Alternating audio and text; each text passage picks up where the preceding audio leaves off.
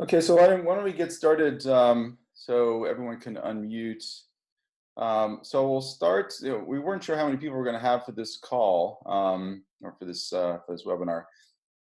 So we've got a sufficiently low count of people that we can actually keep the audio open so people can ask questions along the way. But I thought it'd be best, since we have such a smallish group, that we can start with a round of intros. So for everyone that's on the phone, what I'll do is call you out because I can see your names. And then you can just give us 30 seconds of who you are, where you are, and why you are sacrificing a precious part of your Sunday morning or evening, depending on where you are, to be on this call. So, so Jeff, I already spoke with you. So Jeff, maybe for everybody else, where you are, or who you are, and why you and Stacy are on the call. Okay, so it's me, Jeff, my wife Stacy. We're in West Virginia. I currently ride, but I only ride street bikes. My wife doesn't ride, but she used to ride dirt bikes when she was younger. And we're really interested in the in exploring and stuff, and the whole idea of exploring on motorcycles really appeals to us. So that's why we're here. Awesome, great, thanks. Jim, can you hear me? Hi, hello. Hi, Jim. How are you? Good. I guess good afternoon. Yeah. Yeah, you got the accent pretty quick. Yeah, I'm Jim. I'm from the UK. Yeah, I did Sri Lanka to hear what everyone has to say. Okay. Got a little distortion. So where are you in the UK?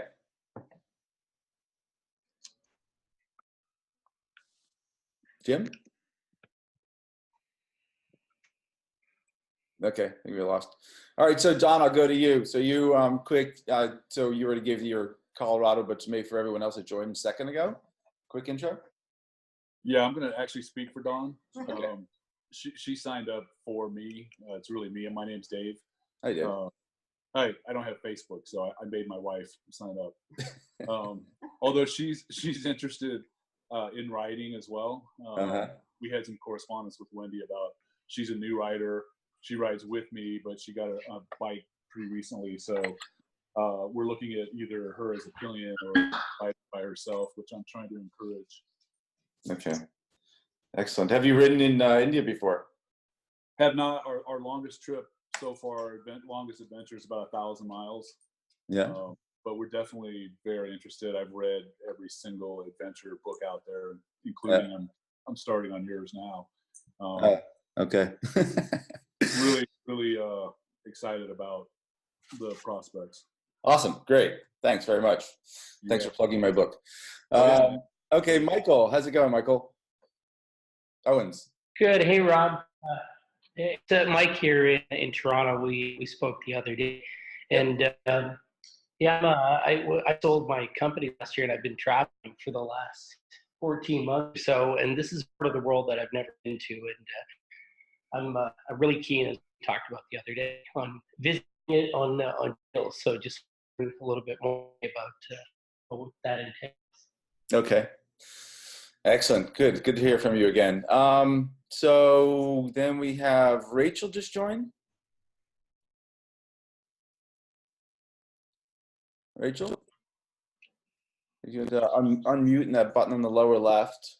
Just give a quick, hi, I'm Rachel. I am wherever, and why you were here on the call this morning.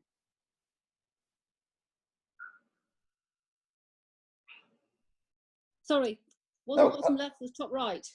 Okay, sorry, your computer's upside down. Hey, hi Rachel, I guess you're in the UK as well. Yes, I am. Hello. I've been a biker mainly off, but on and off for about 20 odd years. I've now just retired, and I want to do sort of more interesting and eclectic stuff. And intro, yeah, I'm looking for the expeditions, but to start off with the more gentle ones rather than the more adventurous side, because managing expectations. Got it. Okay, good. Then we can cover all those. All right, good. I think that's everybody that's on right now. We might have some people joining a bit, but so let me just kick this off. So we've got this planned for an hour, and I'll keep track of time. So these are the agenda items that we put together. And since, again, with smaller group, we can leave the mics, the audio open. So if you've got questions along the way or anything you want to add, feel free. Okay. So we started with the intros, setting objectives. So anything else you want to add, we'll do a quick session on really just welcome to India, especially for those who've never been.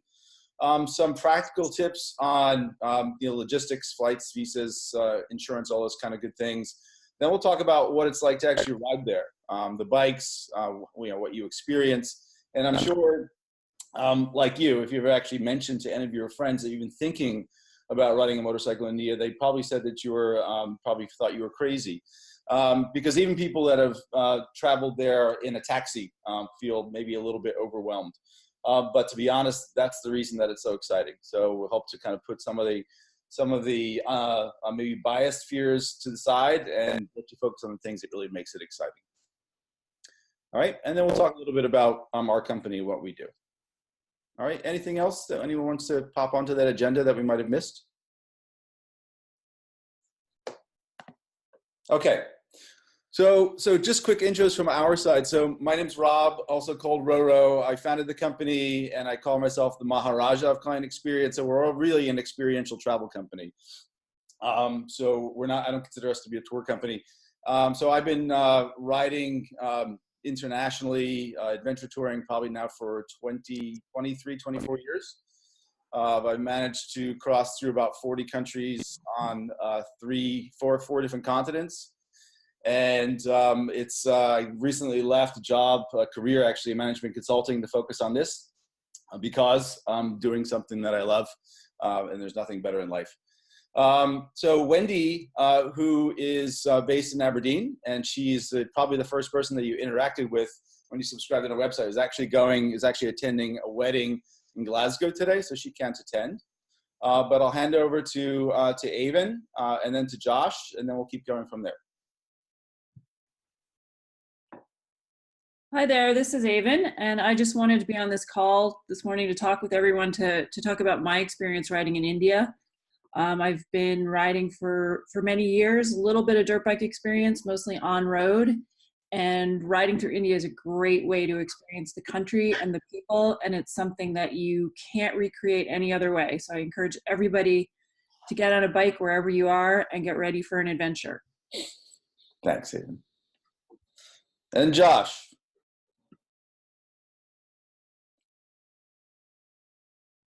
Hi, Josh. Hey, Josh, you're on mute, man. Oh, there you are.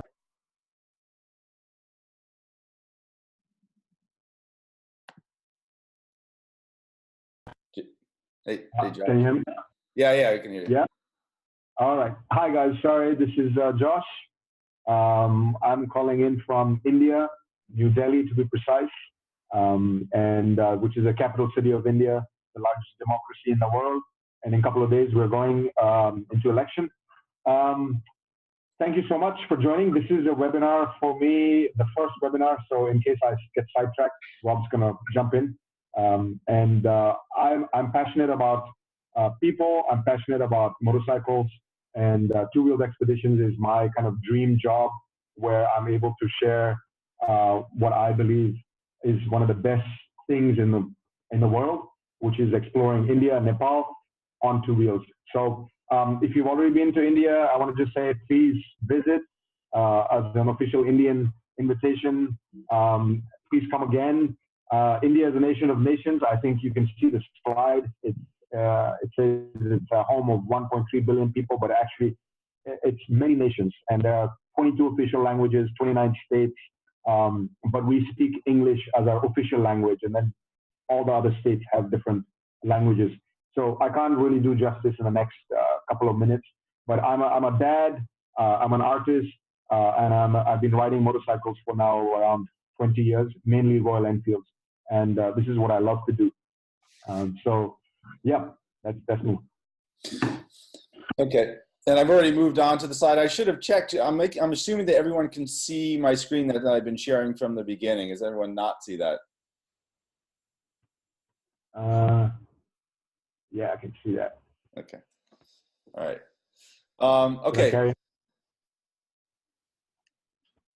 All right. So I'm gonna move on. If anyone have any questions on India itself? This is less on riding in India, and any questions for Josh as our man in Delhi? Okay. Then you'll find out. All right, so getting ready. We've got folks on from UK, from Europe, folks from Canada and the US. So getting there. I'm sure you probably have already checked, but obviously if you're based in Europe, it's quite simple. All the major gateway airports, Manchester and Heathrow, Gatwick in the UK, and obviously the main ones in Europe, they have nonstop flights to pretty much every major city in Delhi, in India. Flights are 7 to 8 hours. So easy, straightforward. If you want to save a little money, there are also flights via the Middle East, Dubai, Abu Dhabi, Oman. Those are, with a quick stopover and do a little duty-free shopping. Those tend to be in the area of 400 pounds. So good deal. In North America, I think everyone's more easterly based. So in North America, if you're based on the eastern seaboard, easiest way is obviously via Europe. So they go through all of those major gateways. I usually travel through Amsterdam, through Paris, or through Rome. You've got to stop over for a couple of hours and you fly on to Delhi or Mumbai, or whatever your end destination is. If you're like me or like Don or like Dave, and you're based in the western part of the continent, you have the option of going via Asia.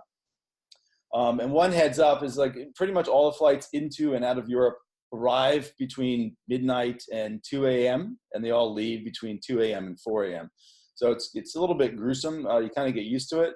If you're flying via Asia, the flights tend to arrive in the daytime. So you can fly via through LAX, Vancouver, or through San Francisco. And you go via Tokyo, through China's main cities, or through Korea.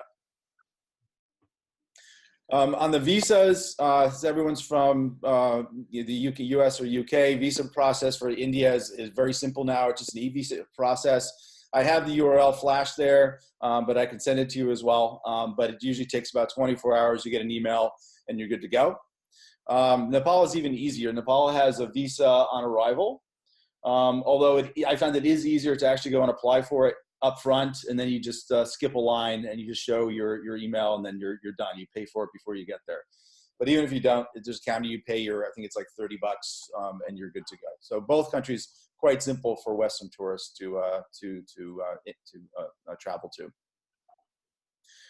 Insurance. This is really just travel insurance. It's good to have whenever you travel overseas, but especially if you're doing something as nutty as riding a motorcycle in India. You never know, you get some scrapes, that's probably the worst thing that we've ever seen. But it's really just good peace of mind. These companies, again, I could send these as well, and I think we have them in our itinerary PDFs, but they tend to run about $60, $70, and then you're taken care of. And if you have, for instance, a need for repatriation, that's included as well. On vaccinations, it's really, sorry, question? So vaccination is a personal thing. WHO, World Health Organization, go to their site. They give recommendations by country. I know the National Health Service in the UK has a site dedicated to immunizations that are recommended, vaccinations for each destination. My personal experience has been, haven't really been necessary, although if you are traveling, particularly in the South, so for instance, doing the Kerala ride, malaria tablets, it's easy and it's risk-free, and it's a good preventative measure. Altitude sickness, if you're living in Colorado, probably not a problem. But bear in mind that we start off in Leh, if you're traveling to Ladakh this summer, at 8,000 feet, and you travel up to a top of 18,000 feet. So it is, it's a very high altitude. So if you're susceptible to altitude sickness, I think you start taking a few days in advance, and you're good. Okay, in Nepal, we don't usually get very high at all. So it's usually no higher than you'd experience in Denver. So maybe 5,000 or 6,000 feet, so 2,500 meters. All right, and then finally on gear, more of the fun stuff. So I've traveled with India wearing leather racing jacket, wearing wax cotton, wearing synthetics. They all have their pluses and minuses. Unfortunately, I've gravitated towards the most practical, so I've now purchased kind of an adventure touring jacket from Denezi, but it's good. It's very good. Obviously, it's designed specifically for that. So it's got pockets everywhere. It's weatherproof. It has armor included, so it's really designed to withstand, the dirt and the rain and everything else, the mud that kind of travel throws at you. But it's up to each individual. On helmets, closed face helmet is obviously the safest way because it protects front of your face, where 40% of accidents usually where impact is if you do happen to crash. In India, good. You say you're not going very fast, but any accident could be hazardous. I wear open face, up to the individual. Gloves, definitely you want to wear leather, or in the hotter climates, synthetic gloves that have leather on the face. And then boots, it's up to you. I mean, as long as they cover your ankle, you're good. I wouldn't wear sneakers, but obviously whatever you're using for riding now is going to be sufficient. Make sure you've got good ankle coverage.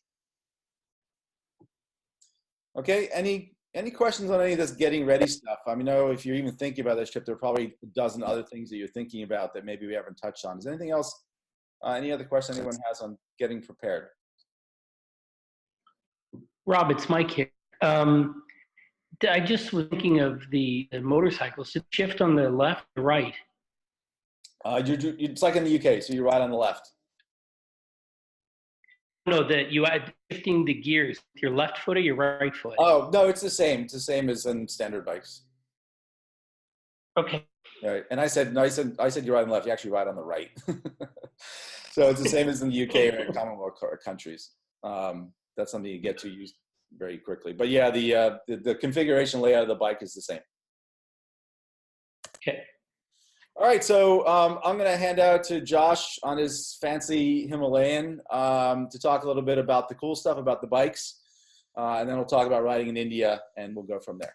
So Josh.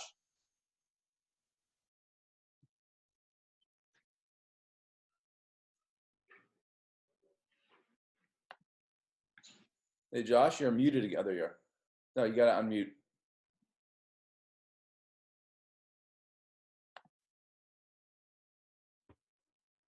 Yep. Can you hear me? Yep. All right. Hi, guys. So yeah, the bikes we use, you can see that in the picture. One is the standard bullet, and the one on the right is the recently launched Himalayan, which is a 411cc. The gears are normal. Royal Enfield changed the gear a few years ago, and that's why the sales shot up. In fact, they're the largest selling motorcycle in the world, 350cc and above currently. So both are five-speed gearbox, and they're easy. They're not super bikes. They don't go too fast, and we can't really go too fast in India anyway. But they are sort of part of our Indian motorcycle culture, heritage. They've been around in production, the largest production bike in the world since 1911, I think. But in India since 1955. So it's very much part of the Indian fabric. And it's also a motorcycle that people aspire to buy, and it's known as a thumper, single cylinder.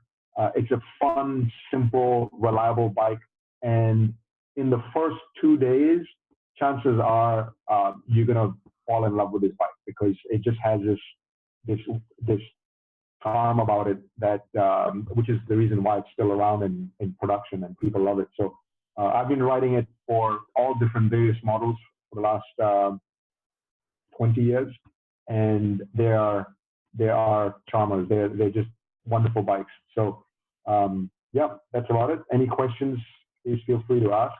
But also, if you wanted to know more, you can always check out royalenfield.com, and they would give you a lot of the detail and the specs. So yeah. And I just wanted to say a little bit about, yeah.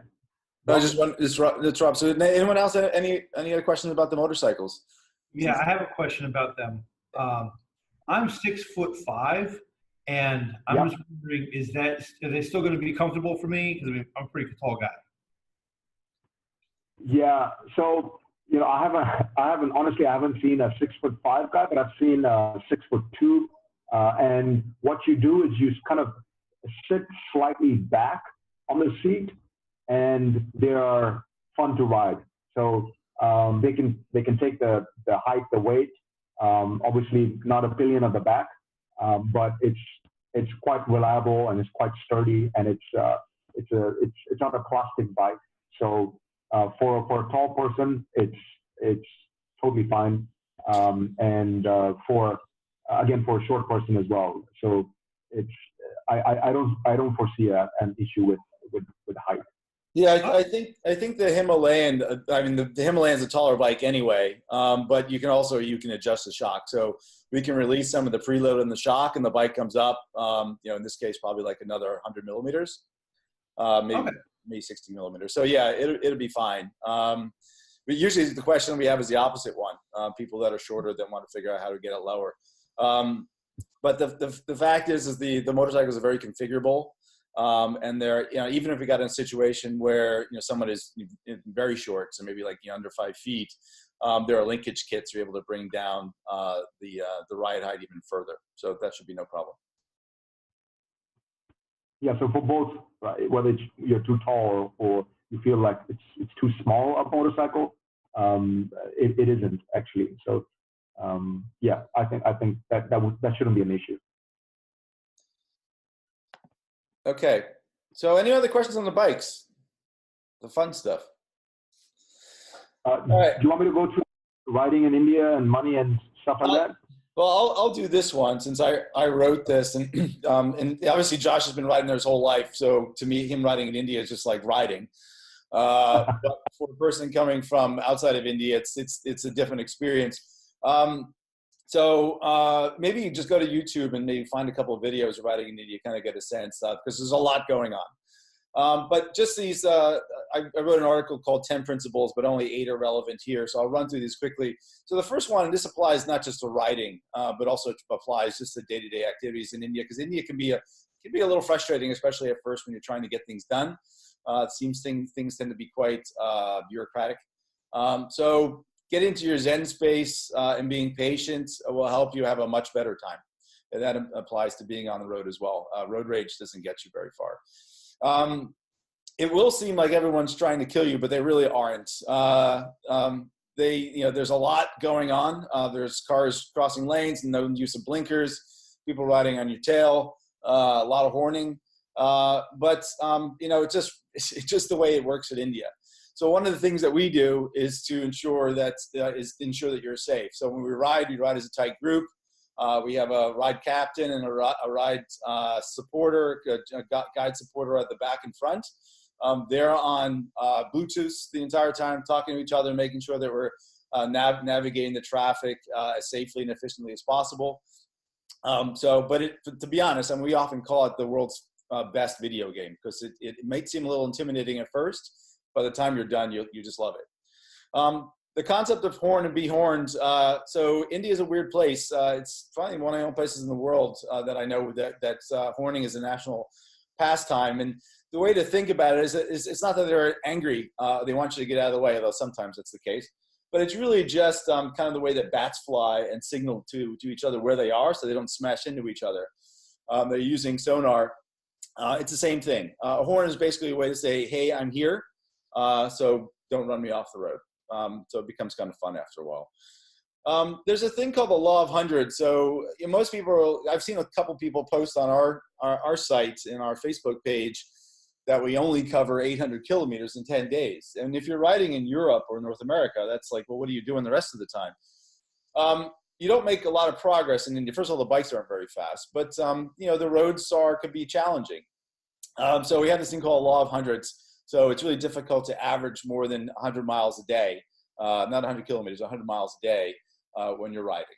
But also the way that we've structured our tours is we have non-ride days. And the idea is that you're really not there just to ride. Some people do, but you're also there to experience the country. So we ensure that when you're passing through a beautiful city like Jaipur or Jaisalmer, you have a day off to go and explore and to get to know the place. So that's kind of part of our philosophy. The next one, point 5, is never get comfortable. So I've ridden Western bikes, my own GS there a lot, and also rented some Triumph Tigers. And sometimes you get a stretch of the road, you kick back, stretch of open road. Before you know it, you're going like 100 kilometers per hour. And then, a camel runs in front of you, or, a bicycle or a rickshaw. So the rule there is just always remind yourself where you are, and you'll be fine, because you can never fully anticipate everything that's going to happen in India. That's what makes it fun. The Enfield, Josh just talked about, it's a super robust bike. There's the story that Avon, my wife, was on the phone. She and I were riding in Rajasthan. My bike crapped out. The rear sprockets had no teeth left, and we were in the middle of nowhere. We met some people, and we asked for some help, and they pointed to a garbage dump. And we went to the garbage dump, and we found a bunch of old fan belts, and tied them together and made a rope, and even towed me to the next village. And in that village of maybe 60 people, we found a guy who fixed Enfields. And for $7 and 15 minutes, he kicked the bike apart, put it back together, and was on the road. So they're really made for the country, and they're incredibly robust. Beware the night. That applies where you ride everywhere. The risk of crashing is much higher at night. And then, you find yourself laughing inside your helmet a lot, because you see things that you've never seen before, you never expected to see. So it's part of the package.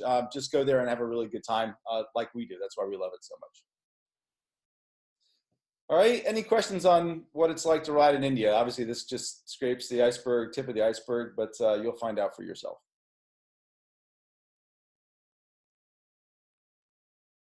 Okay, no questions? All right, so I'm going to move on and hand over back to Josh to talk about more practical items on how to navigate around on money and communication, health and safety.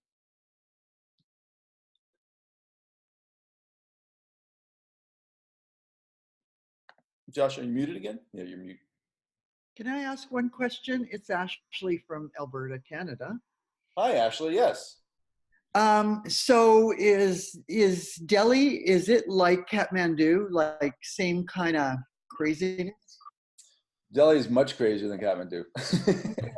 It's funny because I last went to Kathmandu, it seemed quite tranquil. One thing is you notice is that people don't horn in Kathmandu, and people, I suppose not as much, maybe.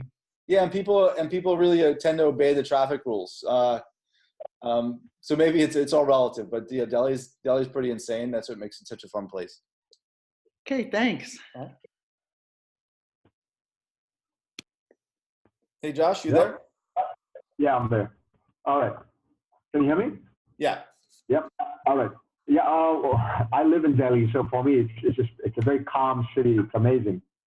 But it just it depends on where you're coming from. But in regards to money, you can bring in US dollars and change it at the airport or whatever pounds. Plenty of ATMs everywhere, Delhi, Kathmandu, or in Kochi in southern Kerala. So, and most small towns have. So you have access to drawing your money, but obviously you have to pay a small little fee for it. Credit cards are accepted everywhere. All you have to do is watch out that they don't charge you for in dollars, but actual in the local rupees, Indian rupees or Nepali rupees. But in small villages and tea shops and truck shops, and if you want to buy something there, you will need cash. So that's the only thing. But in case you don't have cash, we can always lend you some. But there's SIM cards for communication. What we tell people is just download WhatsApp. That's the easiest and the best way in India and Nepal. But you can also get SIM cards at the airport. Roaming is available. And health-wise, there's something called Delhi Belly. Unfortunately, probably because it rhymes with Delhi, that Delhi got the name. But you can get Delhi Belly anywhere, not just in Delhi. And that's if you are careless. And what we recommend is just you drink water out of bottled water. That's the main reason why people get sick, that they drop their guard. But otherwise, we eat local when we are on the road, and of course eat at the best hotels and restaurants that are in the area where we're riding through. So that's it. In regards to safety, where all the crew captains are certified first aid. We've got a chase car at the back in case of any emergencies. So that's about it. And if you have any personal medication that you're already taking, you just have to let us know prior to the tour starting. And if you need any medicines, it's pretty easy to get it off the counter here, whether it's Dimox for after sickness or anything else. So, yeah, any questions, please feel free to ask. Rob, I think I've kind of covered it. Okay. And India for women, I think someone else was going to share that. But I think it's pretty good. But yeah, Avin. Yeah, I don't know if Avin, we have any questions, and you're maybe just your perspective. I wanted to talk about health and safety for women. It's just India's a pretty safe country and people are very welcoming. It's just a common sense, kind of use your common sense, especially if it's late at night or it's dark, stay with the group. Just be aware of your surroundings. India is still a place where it's quite easy to get lost, especially when you're out in rural areas and there might not be good signage. So, I don't think that traveling in India presents any particular challenges other than the usual ones of common sense. I did want to just quickly comment on the riding, especially for people who might be a little shorter or less experienced. The Enfield's are really great, a really great bike. They're not sport bikes. I don't know what everybody's riding these days, but they're not sport bikes, and they're really, really tolerant, especially in traffic or if you're in Kathmandu or Delhi. So if anybody had other, specific questions about riding or handling them in traffic that they wanted to run by me, I'm happy to discuss that offline or email back and forth. So just let me know. Great. Thanks, Avin. Okay. So then we're getting close to closing up. So I just wanted to focus a little bit about what we do. So this first point, oscillation of experience, sounds a little pompous, but let me just explain the history. And this is really the reason that I started this company. So I think I mentioned earlier that my career for the last 25 years has been in management consulting. So I'd go and work on projects in Philippines, in Malaysia, in Germany, in India, in South Africa, and I'd be there for months or years at a time. And so I always coupled it with riding, and that kind of led me to do a couple of rides around the world. And in India, especially because I've been working a ton in India in the last 10 years, so I'd get there and, I'm working for a big consulting firm, so I'd stay in really nice hotels. And then I rent bikes on the weekends, or I tack on and Avin would come over and go riding for a week. And so there's this experience of like you're out on the road in India and it's gritty and it's loud and it's dirty and it's, if it's summertime, you're sweaty as hell. But then you get to where you're going for the night, which is this beautiful heritage hotel that used to be a palace and has fantastic restaurants and treats you beautifully and has a swimming pool. So this oscillation from like the grid, I call it the grid of the road to the being opulence in the hotel, is kind of the philosophy, the main philosophy of this company is about. And for a lot of people, they're like, well, I just like to hardcore it all the time. That's great, but if you like to have this crazy back and forth of extreme experiences, that's what we're about. All of our expeditions are all inclusive. So I've traveled with a number of our competitors just to see what they're about. The things like not including the meals can be a little bit of a pain in the neck. We include everything. So basically from the time you arrive at the airport, you're picked up, you're brought back, hotel, breakfast, lunch, dinner, your bikes, your fuel, and also activities. So for instance, in Nepal, we go to Chitwan National Park, and you can stay anywhere around Chitwan, but there are only 2 lodges, resorts that are actually in the national park, they're actually permitted to be in the national park. And we stay at those, and they're not cheap. But they also include safaris that go sometimes all day or all night, and it's incredible, the things that you see. So things like that are included. Things like desert glamping. So basically we go to the dunes out in Rajasthan near the border of Pakistan. The team goes and sets up these tents, sets up bonfire, brings mats and brings meal. And we just camp outside on the dunes and just stare at the stars all night. It's absolutely beautiful and mesmerizing. And then also in Jaipur and Jodhpur, we include things like hot air ballooning, et cetera, et cetera. So it's more than just a bike ride. We offer this thing called experience capture. So I'm by history, by training, I'm a photographer. One of our other partners is a photographer, and we have staff photographers in India. So the idea here is that for a lot of people, maybe you're only doing this one time, or even if you can do it every year, the fact is you're experiencing something amazing. And the idea is that we have photographers that are professionally there to go and capture your experience, that you have incredible images to share with your friends or to hang on your wall afterwards. And believe me, when it's happening, maybe it seems like a bother, but after the ride's done, you're like, wow, I'm glad I got these shots. Another thing is something called Fund Your Dreams. So the way that we structure and all the company structures, you pay a big deposits when you book, and then maybe you don't travel for 6 months or a year. For a lot of people, securing their seat seemed like a bit of an obstacle. So we have this thing called Fund Your Dreams. So basically you just pay 200 US, about 160 pounds, and then your seat is blocked, and then you can go around planning your trip. And usually that's a lot of logistical issues with flights and et cetera. So it's good to know that your bike's secure without a massive upfront payment. And then finally, the women's rides. Avon looks after them. So the idea here is that 4 rides, we've got 4 rides on our schedule so far we have female ride captains and that are just female riders. And I think, Josh, didn't you say, I think we actually have a female driver as well? Because what we have as well is for every one of our rides, we have a pickup truck that includes a mechanic and spare parts, and obviously all of our luggage and water and things. So we actually got a driver that's a woman as well, which you don't see very often in India. Any questions on any of those things?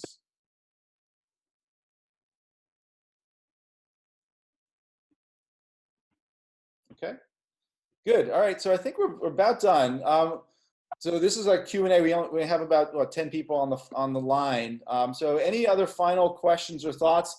What I do also have here is kind of a snapshot of each one of our rides, if you wanted to have a look at those. But this is really just your time for any other questions that we can answer for you guys while we're here on the line. I do have a question. It's regarding communications between bikes. My wife and I are planning on having helmets with like Bluetooth communication in them. Is there something that you guys use, like that we would want to try to make sure we could connect to, or anything like that? Well, I mean, because they're all Bluetooth is an underlying technology, so it doesn't matter which brand. Like we use Senna, but it doesn't matter which brand. I think Cardam is the other one, and they can all connect to each other, so that's not an issue. So do you recommend us having those then? It's up to you. I mean, we usually just use them to the two ride guides just communicate with each other, just make sure that if we lose anybody. But we also ride with, sometimes the clients themselves have them between each other, because sometimes they just want to shoot the shit, or they want to listen to music or whatever. So yes, I'd suggest it, because it kind of makes the ride a little bit more interesting. Hey, look at that, or hey, I almost fell off the back. Okay, thanks. Anyone else?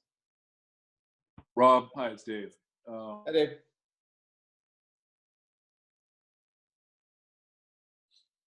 Dave?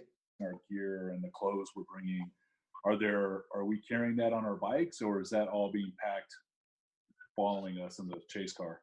No, everything goes in the chase car. It just makes it a lot easier. I mean, maybe suggest that people, if they want to keep anything immediately available, say your camera or something like that you have maybe a small backpack.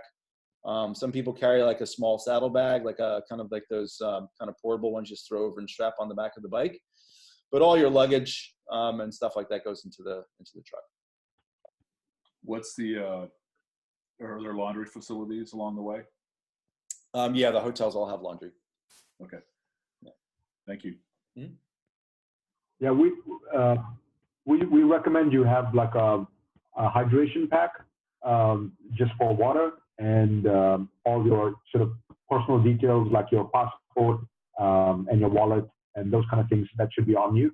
But the rest of your luggage, your clothes, your toiletries, all of that just goes into the chase car. Yeah, that's a good point, Josh. Yeah, whenever you check in at hotels or sometime places like Ladakh, you go across because it's a lot of military presence in Kashmir. So sometimes you have to cross checkpoints. So it's good to have your passport with you.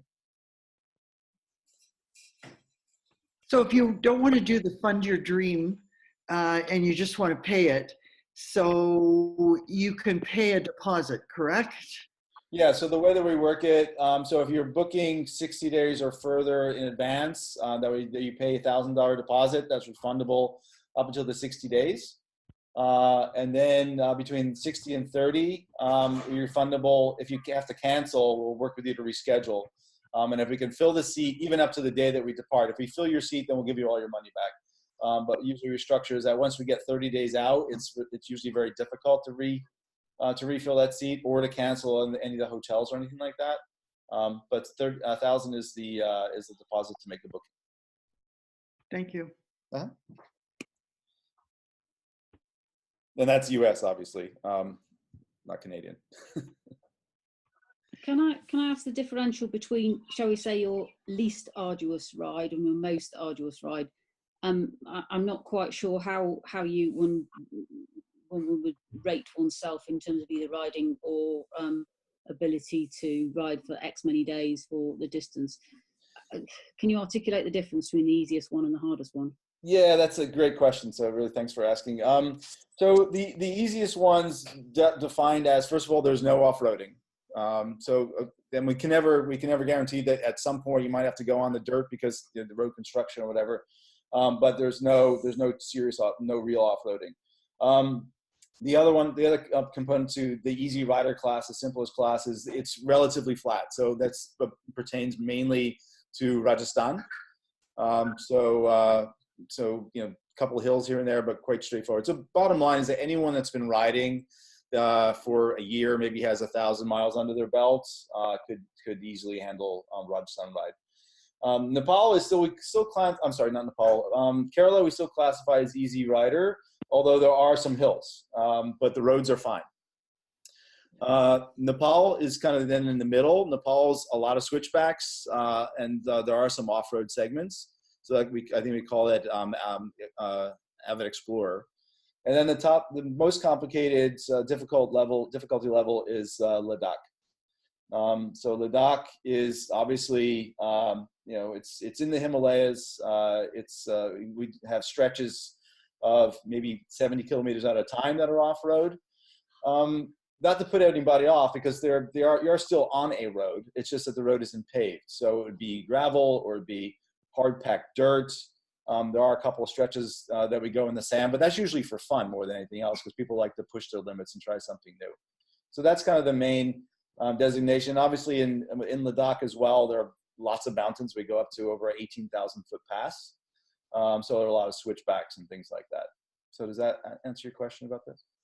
That's very useful, thank you. Yeah.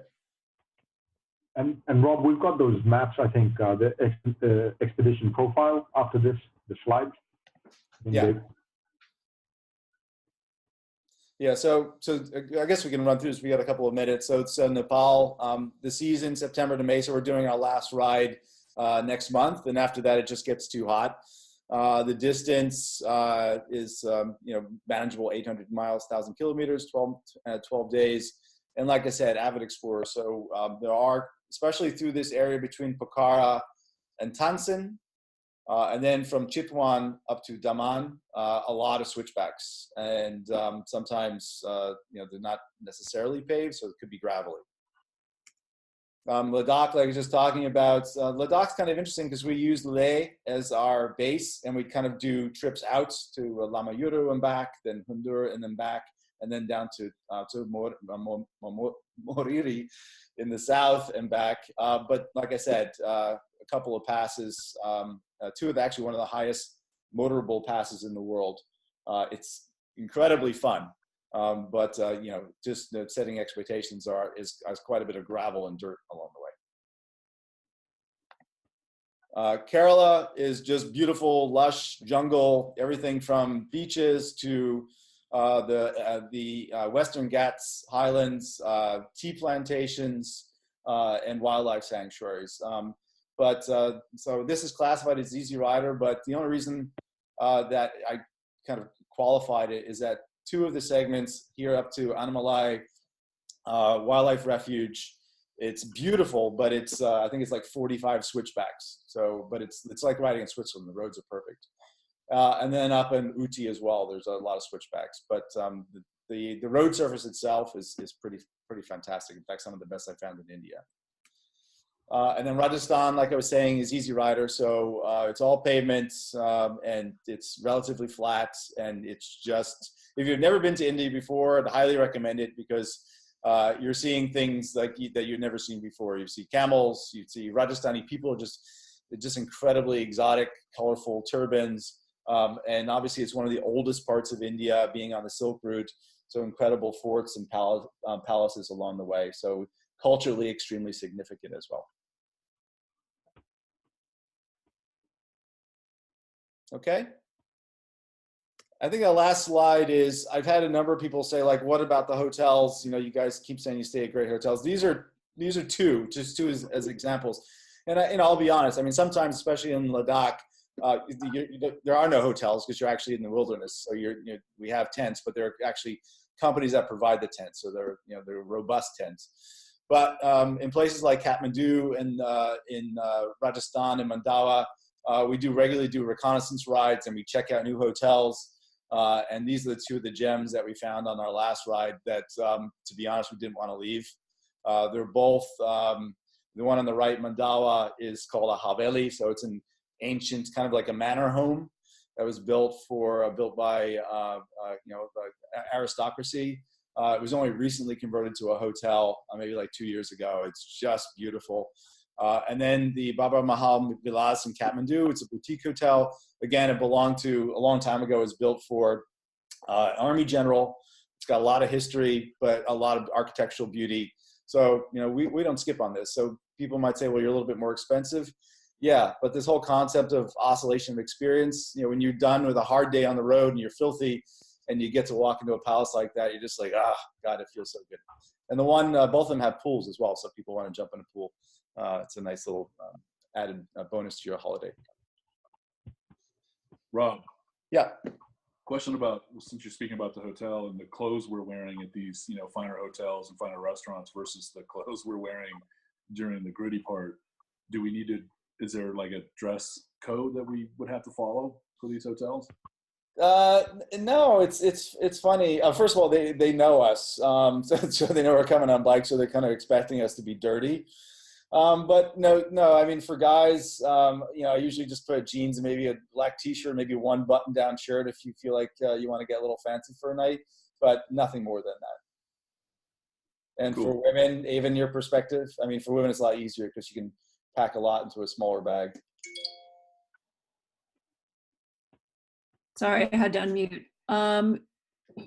It's they're nice, but you don't have to, you pack a few things and you can wear them a few times and you get by. I mean, I wouldn't do any like super fancy dress. And they know that you've been on the road all day. So it's pretty tall. People are pretty patient and it's easy to, and also you can go shopping. Yeah.